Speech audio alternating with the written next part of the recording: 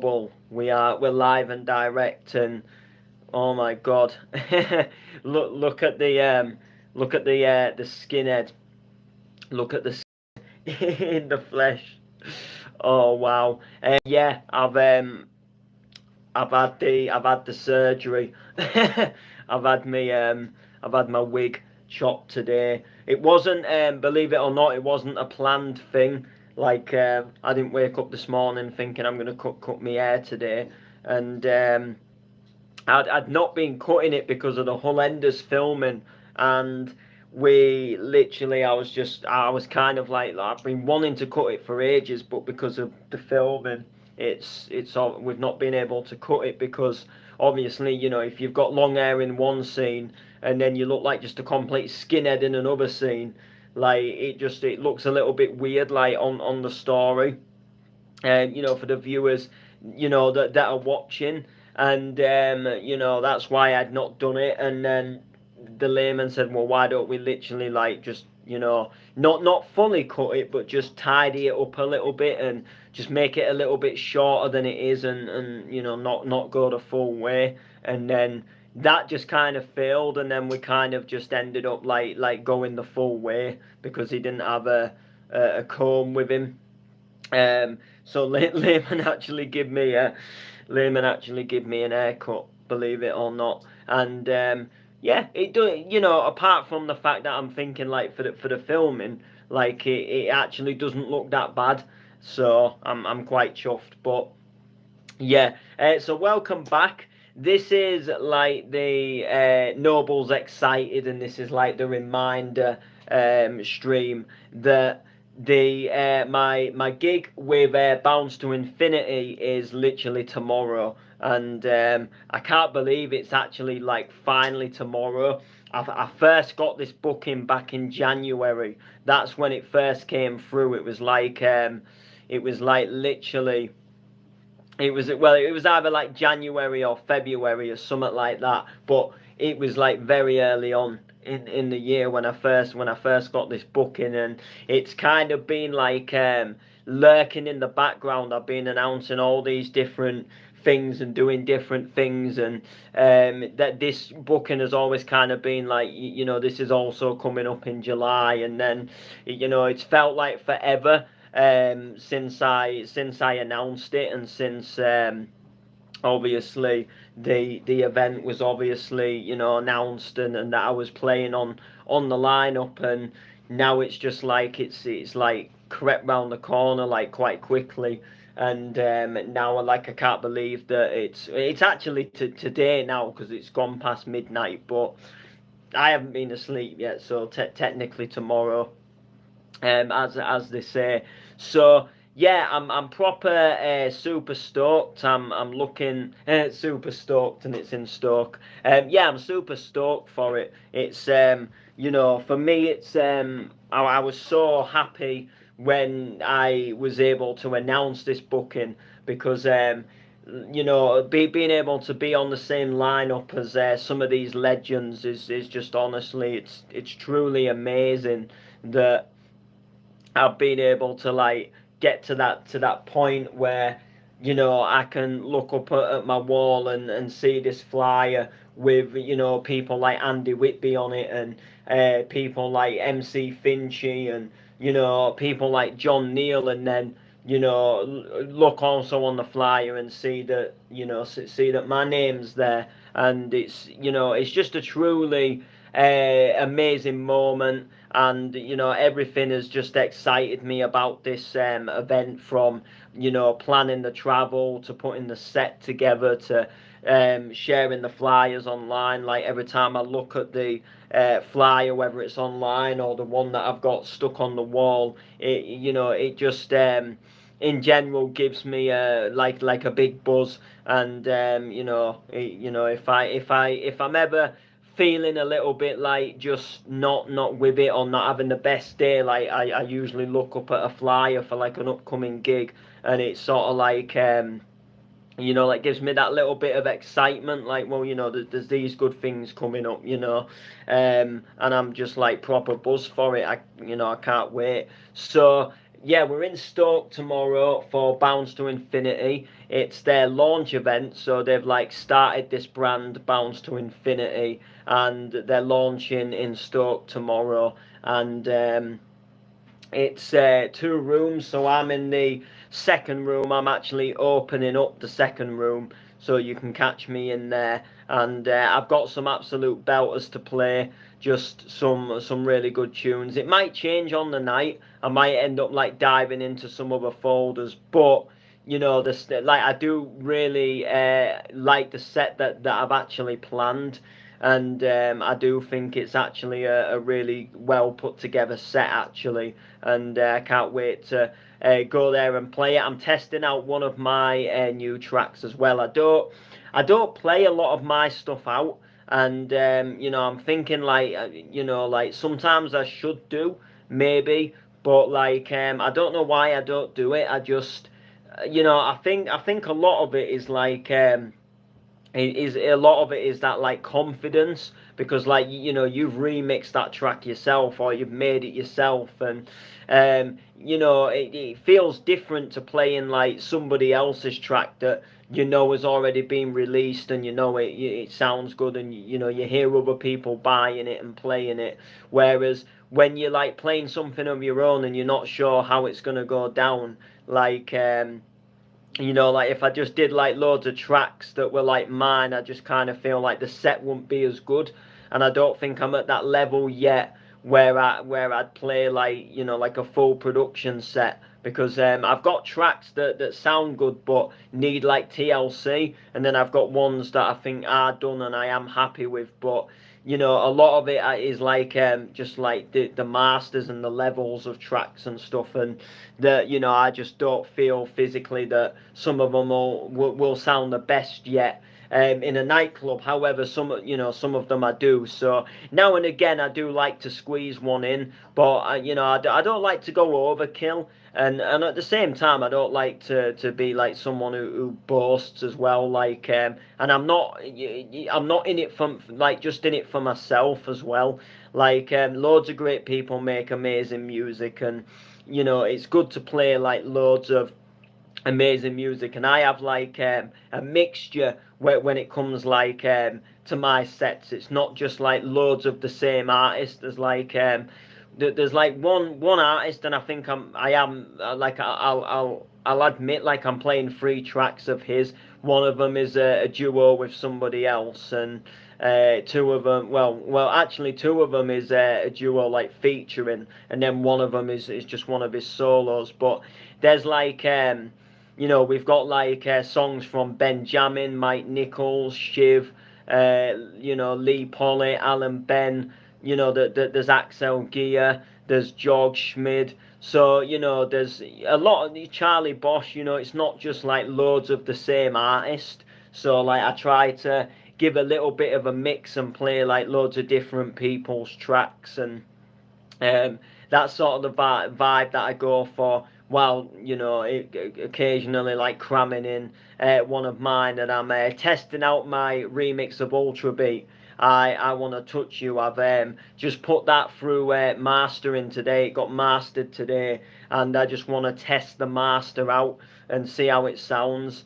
You know, just see how it sounds in the club, and you know, because the version I was playing a version before that wasn't mastered, and I was just like mixing it at home, and I was just like you know on live streams as well, like just to say look, there's a new track here, and it was like it was really loud. It was a proper like real loud track, and I just think this master going through the master has just sorted some of the levels out where it was just a little bit where it was a little bit like you know, just a bit too loud and stuff like that. But we'll see what it sounds like. I don't know if it's like made it a little now like a little too quiet. So, you know, we'll see. I mean, I can turn the gains up on the decks, but you know, yeah, I like having a track that has that real nice medium where you don't have to adjust gains and stuff, because you know it sounds just at the right level to what the last track is and the track before that.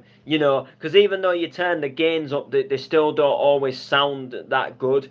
Like if the actual quality is low itself, you know, and sometimes like just turning it up just makes you hear like the bad quality more, as opposed to making the actual track itself sound more like clearer and louder. It's like just turning up them bad frequencies, and they come out quite bad. So, you know, if anyone's ever like played with vinyl rips and it sounds low and you've turned the gain up, like you can hear like a lot more bad sound, and you can just tell even more it's a vinyl rip.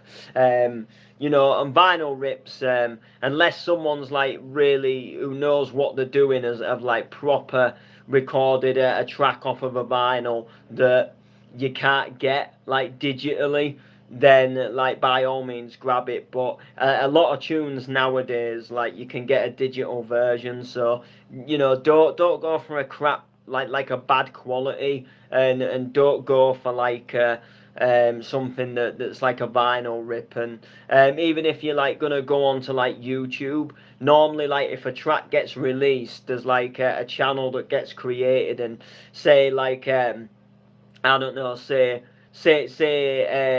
John Bigson, or you know, releases a new track. Like YouTube creates like an automatic channel called something like you know, like John Bigson topic, and then it'll have the full track on there with a picture of the album cover, and it puts it up, you know, radio edit, and sometimes like the full version will stay there. And obviously if the full version's there, you can download it. Like you'll lose a little bit of quality, but you don't lose that much, and it still sounds like pretty banging. And this is not me saying like go on YouTube rip things, because obviously it's all about like going on the labels and supporting the labels. But I'm just saying, like, if you do want to sort of like get something for free, or you are trying to rip something, like there is actually like better ways of doing it where it won't sound like absolutely shocking.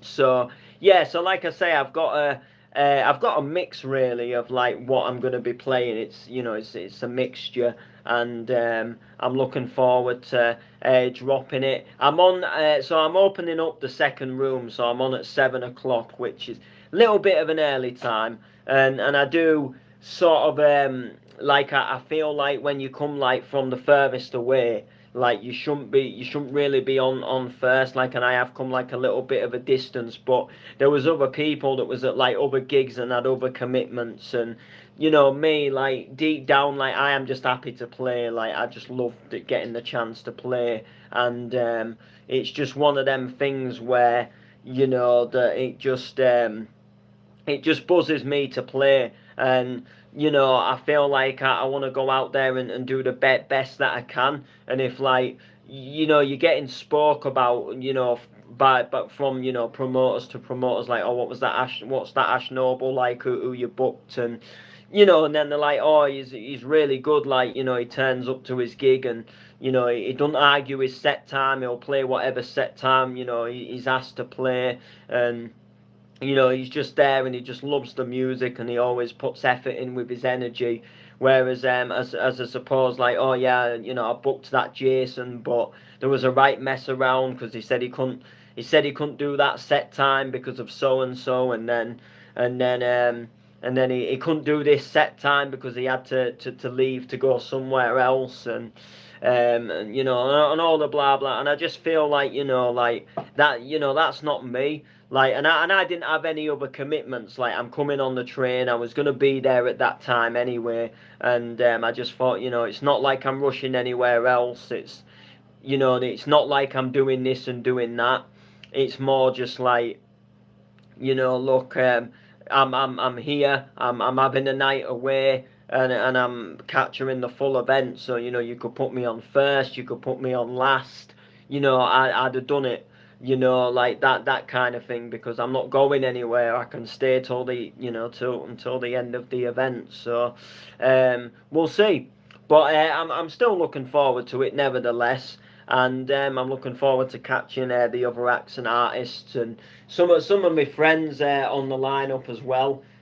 Sick Individual, Tyndall, you know, JDH I know quite well, and obviously met John Neal at Bounce to Your Drop and stuff, and it'll just be a good vibe all around, in that sense. And then looking forward to meeting some of the other people as well, which is going to be good, and stuff like that.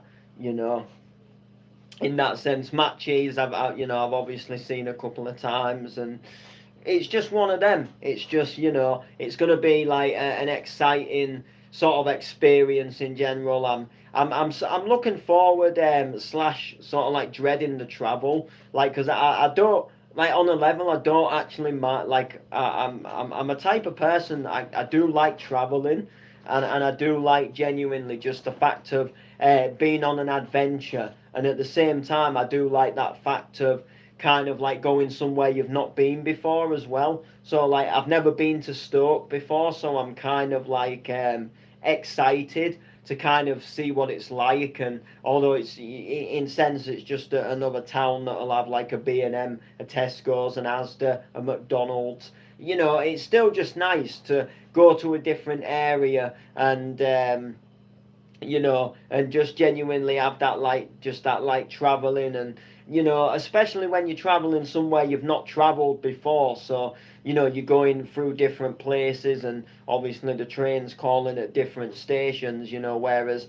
say getting a train from Hull to Driffield, or Hull to Doncaster, I get it all the time. It's not that interesting for me because it's just the same old. But because this one is quite a little bit sort of different.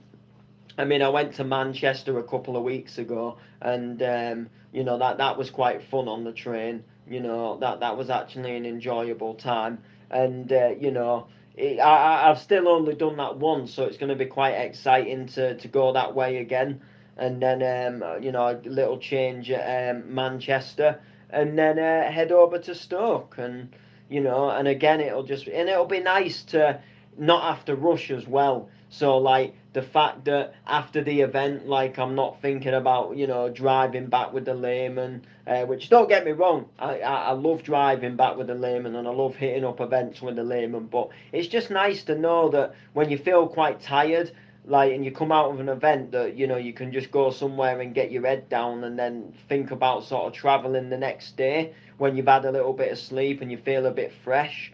And it's just that fact as well that you're not thinking like, right, I better leave now because it's a couple of hours drive home.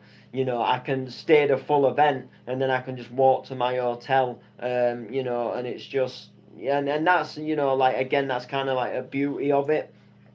Whereas next week when we're at Stormfest in Kettering, we're going to be driving back, so it's a couple of hours drive, and like, you're thinking, doing that when you've just been at a festival all day and then you're quite tired. It's one of them where you feel a little bit, or I feel a little bit tired in that sense, and taking it from there. So, but yeah, but like I say, absolutely buzz for tomorrow. So my set time is 7 till 8, so 7 till 8 p.m. Opening up the second room, and then I believe a guy called Richie B is following me, so he's like coming on after I've done my set, and then it's followed by Righty, I believe, and then we'll take it from there. I mean, I don't know. I mean, the main room's got all the main boys in it, but they come on a little bit later on. So it's when I'm on, it's Sick Individual and Tyndall that are playing. They're on the first set in the main room, so it's just gonna be a case of like, who you gonna see out of us three, which a few people will be in the main room, and a few people might venture to the second room. It's always a little bit skeptical having like two rooms of the same music. Like, maybe if there was like the second room played something different, like sometimes you get that at events where like you'll have a hardcore in the main room, and then you'll have like a D&B room as like a second room. So I don't know how it'll go, sort of like two rooms of just like the same music. But there's only like 55 tickets left, and then the event sells out. and then there's like 50 tickets on the door. But you know how they go, like you get them on the door, they cost more than getting them online. You can get them online, you know, so much cheaper than you can getting them, like, you know, at the, you know, if you pay on the door or on the gate or whatever, you know, pay on the night, you know, you end up paying more. And I think it's something like 28 quid or something, like to pay on the door or something like that. So, and I think you can like get it easily online about a good tenner cheaper. So why wouldn't you, you know?